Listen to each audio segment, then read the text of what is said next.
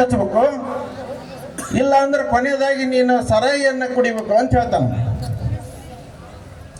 ಅವಾಗ ಅವ ವಿಚಾರ ಮಾಡ್ತಾನೆ, ನಾನು ಜೀವನದೊಳಗೆ ಪ್ರಾಣಿ ಹಿಂಸೆಯನ್ನು ಮಾಡಿ ಮಾಂಸ ತಿಂದವಲ್ಲ,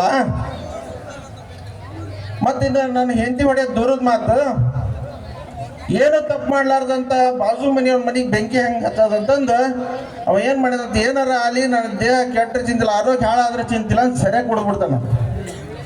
ಸೆರೆ ಕುಡಿದ ಮೇಲೆ ನಿಶೆ ತಿಂತ, ನಿಶೆ ಆದ್ಮೇಲೆ ಏನಂತಾನಂತ, ಯಾಕೆ ಹೊಟ್ಟೆ ಸಿದ್ದಿ ಮಾಂಸ ತಿಂದ ಬಿಡೋಣ ಅಂತಾನಂತ.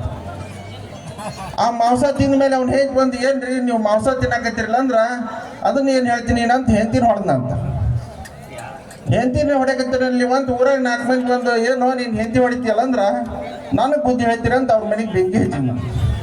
ಇದ್ರ ಸಾರಾಂಶ ಏನಪ್ಪ ಅಂತಂದ್ರೆ, ಒಂದು ಸೆರೆ ಕುಡಿಯೋದ್ರಿಂದ ಎಷ್ಟು ಆ ತಪ್ಪುಗಳಾಗ್ತಾವ ಅನ್ನೋದನ್ನ ನೀವು ತಿಳ್ಕೊಬೇಕು. ಇವತ್ತು ಬೆಂಕಿ ಹಚ್ಚಲಾರ್ದವ್ರು ಬೆಂಕಿ ಹಚ್ತಾರ, ಸರಿ ಮಾಂಸ ತಿನ್ಲಾರ್ದವ್ರು ಮಾಂಸ ತಿಂತಾರ, ಹೆಂಡತಿ ಹೊಡಿಲಾರ್ದವ್ರು ಹೆಂಡತಿ ಹೊಡಿತಾರ.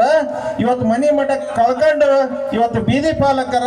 ಅದಕ್ಕೆ ಇವತ್ತು ಯುವಕ ಮಿತ್ರರಿಗೆ ಹೇಳೋದೇನಪ್ಪ ಅಂತಂದ್ರೆ, ಸೆರೆಯಿಂದ ದೂರ ಇರಿ, ದುಶ್ಚಟದಿಂದ ದೂರ ಇರಿ, ಮನೆಗೊಳ್ಳೆ ಮಕ್ಕಳಾರಿ ಅಂತ ಹೇಳಿ ನಾನು 2 ಮಾತುಗಳನ್ನು ಮುಗಿಸ್ತಾ ಇದ್ದೀನಿ.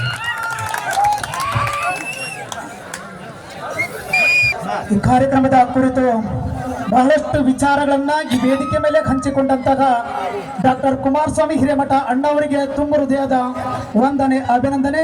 ಈಗ ಕಾರ್ಯಕ್ರಮದ ಕೊನೆಯ ಹಂತ ಶಿರಹಟ್ಟಿ ವಿಧಾನಸಭಾ ಮತಕ್ಷೇತ್ರದ ಮಾಜಿ ಶಾಸಕರಾದಂತಹ ಸನ್ಮಾನ್ಯ ರಾಮಕೃಷ್ಣ ದೊಡ್ಡಮನಿ ಸಾಹೇಬರಿಂದ ರಕ್ತರಾತ್ರಿ ನಾಟಕದಲ್ಲಿ ತಾವು ಮಾಡಿದಂತಹ ಕೃಷ್ಣನ ಪಾತ್ರದ ಒಂದು ಡೈಲಾಗ್ ಅನ್ನ ಈ ವೇದಿಕೆ ಮೇಲೆ ಹಂಚಿಕೊಳ್ಬೇಕಂತ ಹೇಳಿ ತಮ್ಮಲ್ಲಿ ವಿನಂತಿ ಮಾಡ್ಕೊತೇವೆ.